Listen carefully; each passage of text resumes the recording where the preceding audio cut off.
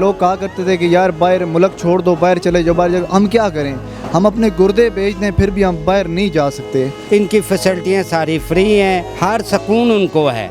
एक गरीब आदमी यकीन माने कि उसके पास बिल आया, उसका 45,000 का बिल आया, जो कि वो इतना परेशान था कि उसने अपने घर की वाइफ की चूड़ियाँ बेच कर और कुछ करके वो अदा किया, तो गैस का बिल आ गया, वो गैस का ख़त्म किया तो मकान का रेंट आ गया। तो यकीन माने कि वो बंदा एक ऑफसेट मेंटल हो गया।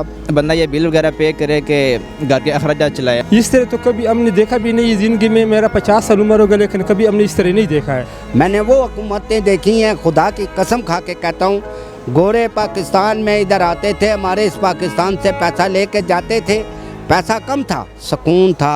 अस्सलाम वालेकुम, मैं हूं तबस्सुम रियाज रांझा। आज मैं इस्लामाबाद की एक मार्केट में मौजूद हूं और बहुत सारे लोग ये सवाल कर रहे थे कि जिन लोगों की 25-30 हज़ार रुपया तनख्वाह है माहवार, वो अपना महीना कैसे गुजारते, कितने बिल देते हैं, क्या क्या चीज़ें लेते, कैसे बच्चों का इलाज करते, कैसे बच्चों की फ़ीसें देते, कैसे अपने माँ बाप को लेके पूरे का पूरा महीना चलाते। तो आज मैं एक मार्केट में मेलोडी में मौजूद हूँ, जहाँ पे लोगों से बात करेंगे और पूछेंगे कि 25-30 हज़ार कमाने वाला कितने उसके खर्चे और वो कैसे महीने गुजारता है। जी, मेरे साथ इस वक्त एक नौजवान मौजूद है, इससे बात करते हैं। अस्सलाम वालेकुम। वालेकुम सलाम। बताइएगा कि 25-30 हज़ार कमाने वाला शख्स, उसके कितने खर्चे हैं और वो कैसे अपना महीना पूरा करेगा। बिस्मिल्लाहिर्रहमानिर्रहीम। देखिए सर, लोगों का तो पता नहीं, मैं अपनी बताता हूँ।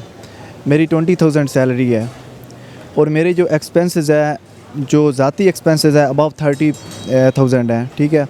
और फॉर एग्ज़ाम्पल अभी मेरी 20,000 रुपया सैलरी है, तो मेरे घर का जो बिजली का बिल और अदरवाइज़ गैस वगैरह जो लगी हुई है उसका बिल और यूटिलिटी बिल्स मिला के तकरीबन 10,000 वो एक्सपेंस बन जाते हैं, ठीक है। 10,000 वो एक्सपेंसेस, स्कूल चार्जेस, अदरवाइज़ जो एक्सपेंसेस है, टोटल 30 प्लस ही बन जाता है, कम नहीं होता। यानी कि तनख्वाह आपकी 20,000 है और जो आपका एक्सपेंस है वो 30 हो जाता है, 30 प्लस हो जाते हैं। मैनेजमेंट की गलती है। देखें, अब एक सरकारी मुलाजिम है, उसकी तनख्वाह है हर साल तकरीबन 25% तो लाजमी बढ़ती है, 25% 30% सरकारी मुलाजमीन की जो तनख्वाहें बढ़ जाती हैं। मार खा जाता है मज़दूर तबका, हम जैसे लोग।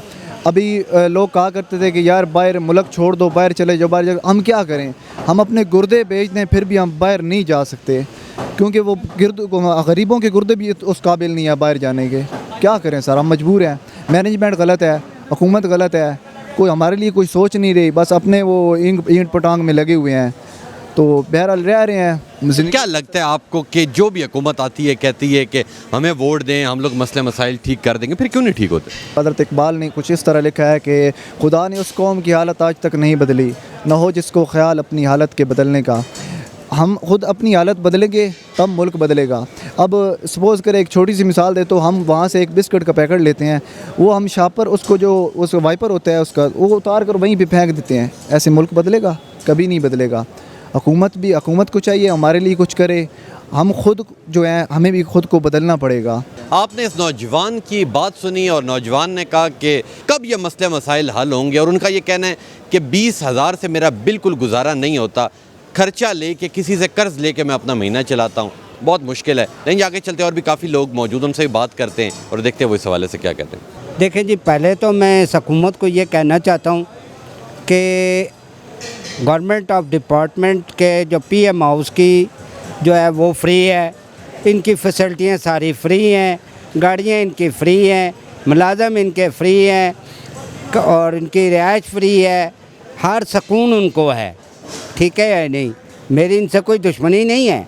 कहने का मतलब ये है कि जस्ट एक गरीब आदमी यकीन माने कि उसके पास बिल आया, उसका 45,000 का बिल आया, जो कि वो इतना परेशान था, उसने अपने क्या किया कि उसने अपने घर की वाइफ की चूड़ियाँ बेच कर और कुछ करके वो अदा किया, तो गैस का बिल आ गया, वो गैस का ख़त्म किया तो मकान का रेंट आ गया। तो यकीन माने कि वो बंदा एक ऑफसेट मेंटल हो गया, पागल जैसी उसकी हरकतें शुरू हो गई। मैंने कहा यार अल्लाह ताला रहम करेगा, खुदा की ज़ात है। मैं इस हुकूमत से ये कहना चाहता हूँ कि हमारे इस मुल्क में दुनिया के अंदर टैक्स है, मैं नहीं कहता कि टैक्स ना बढ़ाओ, लगाओ, लेकिन इतना लगाओ कि जितनी आवाम की। अब एक मिसाल तरह मैं 35,000 सैलरी लेता हूँ, 35,000 में बिजली का बिल है, सुई गैस का बिल है, पानी का बिल है, घर का रेंट है, फिर उसके बाद मैं ओल्ड एज हूँ, मेरी उम्र 70 से ऊपर है, मेडिकल का खर्चा है, हॉस्पिटल का खर्चा है। गवर्नमेंट हॉस्पिटल में जाए तो इंसान को पूछते ही नहीं कि कौन है आप लोग।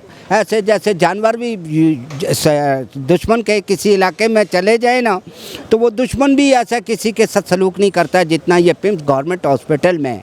वो ऐसे बदल जाते हैं जैसे सांप की आंखें इस तरीके से होती है, जैसे इंसानियत नाम की कोई चीज़ ही नहीं है। ठीक है या नहीं? मेरा हुकूमत से ये मुतालबा है कि खुदा का वास्ता है, मेरे जैसे सब गरीब आदमी हैं, स्टूडेंट बच्ची हैं, वो पढ़ रही हैं, उनके माँ बाप उनको कैसे पढ़ाएंगे? सबसे पहले तो ये देखें कि बच्ची अपने एक मुस्तकबिल के लिए तालीम हासिल कर रही है।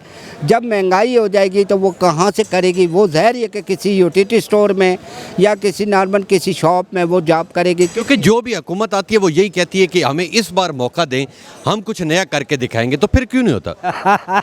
हाथी के दांत दिखाने के लिए कुछ और होते, खिलाने के लिए कुछ और होते। मैंने वो हुकूमतें देखी हैं, खुदा की कसम खा के कहता हूँ। गोरे पाकिस्तान में इधर आते थे, हमारे इस पाकिस्तान से पैसा लेके जाते थे, पैसा कम था, सुकून था, कभी कोई चोरी होती थी, इतनी भी नहीं होती थी जितनी चोरियाँ, करप्शन, ये वो था। लेकिन अब तो यकीन मानो चलते हुए बंदे के साथ 2 मोटरसाइकिल पर उतर जाएंगे, कहेंगे जो कुछ देना है दो वरना गोली मार देंगे। अब वो गरीब आदमी हो सकता है अपनी किस मुश्किलात से वो पैसे लेके जाए। अच्छा, दूसरी बात यह है कि पुलिस ने, पंजाब पुलिस ने एक हदूदबंदी की खिलाफवर्जी की है। थाना उनका लगता है सदकाबाद, उठा लेते हैं एयरपोर्ट वाले उठा लेते हैं, तो दूसरे थाने वाले उठा लेते हैं। ठीक है या नहीं? इनसे मेरी आईजी साहब से ये रिक्वेस्ट है कि खुदा का वास्ता है इस पर पुलिस को कंट्रोल करो। बहुत शुक्रिया, आपने बुजुर्ग शहरी की बात सुनी। इनका ये कहना है कि बहुत ही मुश्किल से गुजारा होता है और तमाम तर चीज़ें बहुत ज़्यादा महंगी। आए आगे चलते और भी काफ़ी लोग मौजूद, उनसे भी बात करते हैं और देखते हुए इस हवाले से क्या कहते हैं। अपना महीने ऐसे गुजारता है जी, बार मांग करके अल्लाह को हाथ पे ला करके मांगने गुजारना होता है। क्योंकि हुकूमत हमारा इस तरह जो उसको तो कोई पूछने वाला तो है ही नहीं है। क्योंकि 8 साल महीने में 8 महीने रोज़ा एक रेट महंगाई का और सुबह दूसरा रेट होता है। इस तरह तो कभी हमने देखा भी नहीं ज़िंदगी में। मेरा 50 साल उम्र हो गया, लेकिन कभी हमने इस तरह नहीं देखा है। अभी ऐलान तो हो जाता है लेकिन उस पर अमल कोई नहीं होता है। जब तक अमल नहीं होता है तो उस वज़ीर-ए-आज़म का ऐलान का फ़ायदा क्या होता है? बात तो तब होता है ना, डीपीओ का क्या ऑर्डर होता है, डीपीओ का ड्यूटी होता है खाली इसके नीचे बैठना है, बाहर बैठना है, उसका रेट ही चेक करना है, दुकानदारों का रेट ही चेक करना है, उसका ये ड्यूटी होता है। खाली नहीं तनख्वाह लेकर के बस मैं इसी के नीचे बैठ जाऊँगा। तेल 5 रुपये महंगा हो जाता है, किराया 100 रुपये ऊँचा हो जाता है। तेल 30 रुपये 100 का हो जाता है, किराए का वही रेट होता है, कोई भी पूछने वाला नहीं होता है। क्योंकि गरीब आदमी फिर तो ये होता है जो गरीब में टेंशन से मारता है ना, ये बात होता है ना। सर पहली बात यह है कि 20,000 रुपये एक बंदे की तनख्वाह होती है, उसमें से गैस का बिल आता है, बिजली का बिल आता है, और भी काफ़ी बिल वगैरह आ जाते हैं। पता नहीं इतने बिल आते कहाँ से हैं। बंदा ये बिल वगैरह पे करे कि घर के अखराजात चलाए। हुकूमत को चाहिए कि हमारे के आजकल के नौजवानों के लिए कुछ सोचे। आपने इस नौजवान की बात सुनी और तमाम तर जितने लोग यहाँ पे हमने बात की, तमाम तर लोगों ने ये कहा कि खाने पीने की जो अशियाएँ उनमें कमी आनी चाहिए, उनकी कीमत में कमी आनी चाहिए। और द सेकंड वन के 20-25 हज़ार कमाने वाला जो शख्स है वो अगर 10-15 हज़ार बिजली के और सुई गैस के बिल दे देगा तो बाकी पैसों से वो महीना कैसे गुजारेगा? इतने ज़्यादा टैक्सेस लगाए गए हैं। और जितनों लोगों से मेरी बात हुई तमाम तर लोग ये कह रहे हैं कि हम इस मौजूदा हुकूमत से खुश नहीं हैं। तो इंशाल्लाह मिलूँगा आपसे अगले प्रोग्राम में। तब तक के लिए अपने मेज़बान तबस्सुम रियाज रांझा को दीजिए इजाज़त। अल्लाह नेगहबान।